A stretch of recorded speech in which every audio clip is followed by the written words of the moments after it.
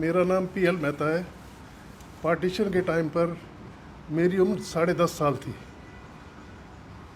हम लोग पाकिस्तान में डिस्ट्रिक्ट झेलम के रहने वाले हैं। हमारे गांव का नाम साहूवाल था, जहाँ पर हमारा एक पूरा परिवार जो है 14 फैमिली मेंबर्स रहते थे। हमारे घर में जो एरिया था लगभग 1 एकड़ में, आधे एकड़ में मकान था, आधे एकड़ में अपना गाय भैंस रखने के लिए जगह बनाई गई थी। पार्टीशन होने के बाद में मुझे नहीं पता था कि पार्टीशन में क्या होता है। जब वहाँ पर जुलूस निकला तो मैं भी उनके साथ हो लिया। वो पाकिस्तान जिंदाबाद के नारे लगाते रहे, मैंने भी लगाने शुरू कर दिए। मुझे मालूम नहीं था कि पार्टीशन होता क्या है। लेकिन कुछ समय बाद हमारे पिताजी के मित्र आए। उन्होंने कहा कि जी आप लोगों के ऊपर अटैक हो जाएगा, आसपास के गांव वाले जो है आपसे पैसा भी लूट ले जाएंगे और आपको मार भी देंगे। क्योंकि हमारा परिवार बहुत संपन्न परिवार था। उस समय हमारे पास 50,000 रुपये कैश और 5 किलो सोना था। हमारे पिताजी के एक मित्र थे सैयद। उन्होंने कहा जी आप लोग हमारे घर में आ जाइए, आपको मेरे घर में आओगे तो आपके ऊपर अटैक नहीं होगा। हम लोग उनके घर चले गए। फिर लोगों को कैंप ले जाने के लिए मिलिट्री ने आना शुरू कर दिया। मिलिट्री जब आई तो किसी ने हमारे पिताजी से कहा कि आपसे ये पैसे भी छीन लेंगे और आपका सोना भी ले जाएंगे। तो उन्होंने अपने मित्र के पास सारा पैसा और सोना रख दिया कि आप अगले दिन कैंप में हमें दे जाना, जो 12-14 किलोमीटर था वहाँ से। जब पिताजी कैंप में पहुँचे पूरे परिवार के साथ में, तो उन्होंने कहा ये आपके पैसा आपको मिलेगा नहीं, बिल्कुल एक पैसा नहीं आपको मिलेगा। लेकिन आप लोगों को ताज्जुब होगा कि अगले दिन वो सुबह हमारे सोने से पहले उनका मित्र एक घोड़े के ऊपर खुद आया और एक घोड़े के ऊपर राशन लेकर 1 महीने का वो पिताजी के पास सारा सामान दे गया।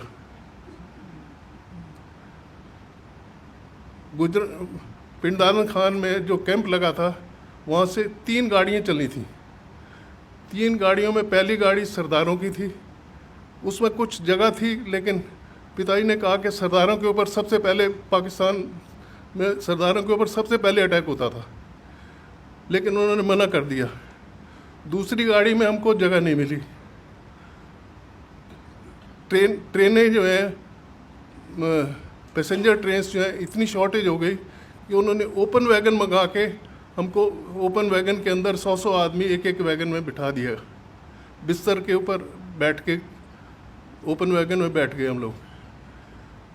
दूसरी ट्रेन के ऊपर 2 जगह थोड़ा थोड़ा अटैक हुआ, लेकिन वो लोग सारे बच गए। हमारी ट्रेन के ऊपर जो अटैक होना था, वो कामों की स्टेशन पर जब हम लोग पहुँचे शाम को, तो ट्रेन वहाँ सारी रात रोके रखी। और ये महसूस होता रहा कि कुछ लोग जो है ना इकट्ठे हो रहे हैं, स्टेशन के आगे जा रहे हैं। सुबह गुजरांवाले से पुलिस आई। उन्होंने कहा जी आप लोग अपना सारा हथियार हमको दे दो, क्योंकि आप हिंदुस्तान में नहीं ले जा सकते। सब लोगों ने हथियार दे दिए। हमारे साथ बलोच मिलिट्री थी और पुलिस ने कहा कि आगे मॉब है, हम उनको हटाने जा रहे हैं।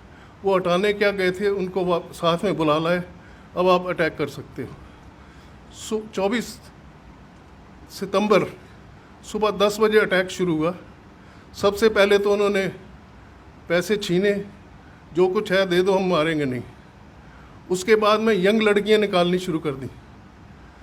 300-400 लड़की, 4000 पूरी ट्रेन में पैसेंजर थे। पहले तो उन्होंने 300-400 लड़कियां निकाल ली। फिर ऐसा काटना शुरू कर दिया जैसे ओपन वैगन में गन्ना बाहर निकला होता है, उसको जैसे काटते हैं ऐसे इस तरह से तलवार से, लाठियों से मारना शुरू कर दिया। मेरे परिवार के 14 मेंबर्स थे, 11 मेंबर्स को मेरे सामने मारा गया। उस बाई चांस दो मुसलमान आपस में बात कर रहे थे कि तेरा बेटा कोई नहीं है, ये लड़का है, इसको अपना बेटा बना लेना, ले जा। पिताजी ने मेरे उनसे कहा कि जी इसको ले जाओ लेकिन मारना मत। बाई चांस मेरे पास एक घड़ी, घर में एक घड़ी मुझे मिली, डिस्ट वॉच, वो मैंने जेब में रखी थी। मैंने कहा मेरे से घड़ी ले लो, मुझे छोड़ दो। उन्होंने घड़ी लेके मुझे छोड़ा तो साथ में एक औरत बैठी थी जिसने जेवर पहने हुए थे। उनके जेवर उतारने में लग गया। मुझे अपने चाचा जी ने अपनी तरफ बुला के नीचे बिठा के ऊपर अपना पगड़ी खोल के ऐसे ऊपर डाल ली। उनको तलवार से मारा गया और तलवार का अगला पोर्शन मुझे भी गर्दन पर लगा। हम बैठे रहे वहीं पर। 3,500 आदमियों को उन्होंने मार दिया। जो बचे हुए थे या तो ज़्यादा ज़ख्मी थे या मुर्दों के नीचे छुपे हुए थे, जिनमें से मैं भी एक था।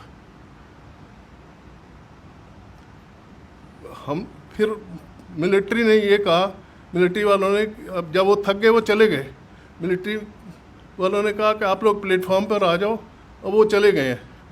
प्रोग्राम ये था कि इनको प्लेटफॉर्म पर ला के सबको मार दिया जाए। लेकिन हमारी किस्मत कुछ ऐसी अच्छी थी कि हिंदू मिलिट्री का कॉन्वॉय वहाँ से पास हो रहा था। मेन रोड जो थी स्टेशन के साथ में लगी, अटैच थी। कामुकी स्टेशन जो है बिल्कुल जीटी रोड के ऊपर था। स्टेशन के ऊपर पुलिस मिलिट्री, हमारी हिंदू मिलिट्री आ गई। उन्होंने जो हमारे साथ बलोच मिलिट्री थी, बलोच मिलिट्री ये काम ये करती थी कि जो यंग लड़का निकल के भागता था वो बलोच मिलिट्री गोली मार देती थी। ये पोजीशन थी हमारे वहाँ पर। उसके बाद हम लोगों को ये कंडीशन लगाई गई कि इनको हॉस्पिटल ले जाओ जितने ज़्यादा ज़ख्मी है या थोड़े बहुत ज़ख्मी हैं। हमें गुजरांवाला हॉस्पिटल में वहाँ से ट्रेन में शिफ्ट कर दिया गया। डेड बॉडीज़ की जो ट्रेन थी उसके ऊपर लिखा गया तोहफे to Hindustan to Mahatma Gandhi and Jawaharlal Nehru. वो पूरी ट्रेन दिल्ली लाई गई। वो ट्रेन को नेहरू को दिखाया गया, जवाहरलाल गांधी को दिखाया गया। उन्होंने कहा ऐसा नहीं होना चाहिए। जब पटेल जी ने देखा तो उन्होंने कहा एक के बदले 4 होना चाहिए। 3 ट्रेन कटने के बाद में पाकिस्तान ने हाथ खड़े कर दिए। ये पोजीशन थी। हॉस्पिटल में हमारी हालत ये थी कि 5-6 वहाँ पर लोअर स्टाफ जो था वो हिंदू था, बाकी डॉक्टर सारे मुसलमान थे। जो ज़्यादा ज़ख्मी थे उनको इंजेक्शन दे के मारना शुरू कर दिया। हिंदू कंपाउंडरों ने सबसे आके कहा कि इनसे ना इंजेक्शन लगवाना ना दवाई लेना, हम ये अभी थोड़ी देर में चले जाएंगे, हम आपको सब ट्रीटमेंट हम करेंगे। हॉस्पिटल में उन बेचारों ने पूरी रात हमारी सेवा करी, सबकी पट्टियाँ करी। मेरे पास जो कमीज़ थी, मेरे चाचा जी को जब तलवार से मारा तो खून से पूरी भर गई थी। वो मैंने कमीज़ उतार के फेंक दी। एक दिन मैं बगैर कमीज़ के रहा।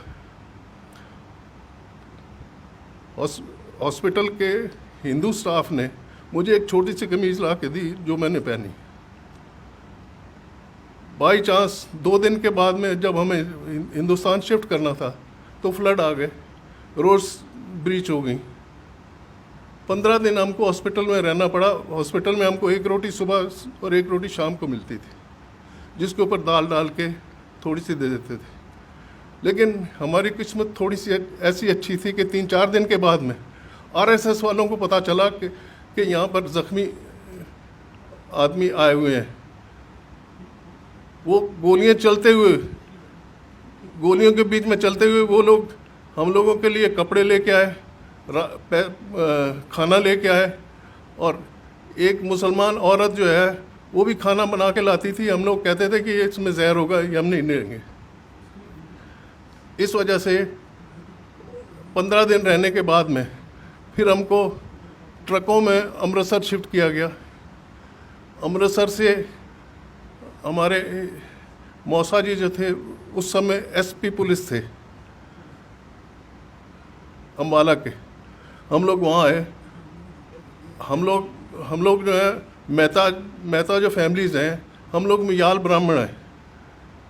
हमारे जितने पाकिस्तान में जितने हमारे परिवार थे, या तो मिलिट्री में थे या पुलिस में थे या खेती करते थे।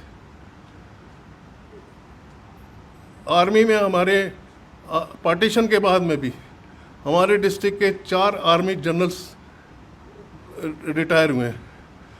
उनमें से और 2 गवर्नर चंडीगढ़ के जो थे वो भी मेहता फैमिली से हैं।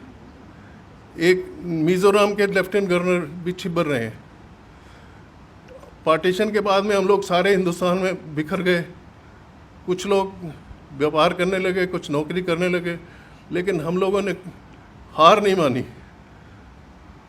कुछ आप ये देखिए, पार्टीशन के बाद में भी हमारे आर्मी में या इंडस्ट्री में सब लोगों ने बड़ी मेहनत करके, मोहन मेकिन जो है वो भी मुयाल मेहता फैमिली से ही है। सिस्टोपिक एक कंपनी है दवाइयों की, जिनका टर्नओवर करीब 300-350 करोड़ है। उन्होंने प्रोफेसर थे चंडीगढ़ यूनिवर्सिटी में, उन्होंने अपनी कंपनी बना ली, उन्होंने दवाइयों की फैक्ट्री खोल ली। कुछ लोग फिल्म लाइन में चले गए, जैसे कि सुनील दत्त, उनका बेटा, और ओम प्रकाश, अनंत बख्शी, ये सारे मेहता फैमिली से बिलोंग करते हैं। हम लोगों ने यहाँ आने के बाद में किसी के आगे हाथ नहीं फैलाया। मैंने 15 साल की उम्र में कमाना शुरू किया था। आज मेरी उम्र 85 प्लस है और मैं अभी तक अपना बिजनेस हैंडल करता हूँ। और लेकिन पुरानी यादें भुला नहीं सकता। कश्मीर फाइल को देख के मुझे खुद महसूस होता था कि जो उनके साथ हुआ है वो हमारे साथ पहले हुआ था, उनके साथ अब हो रहा है।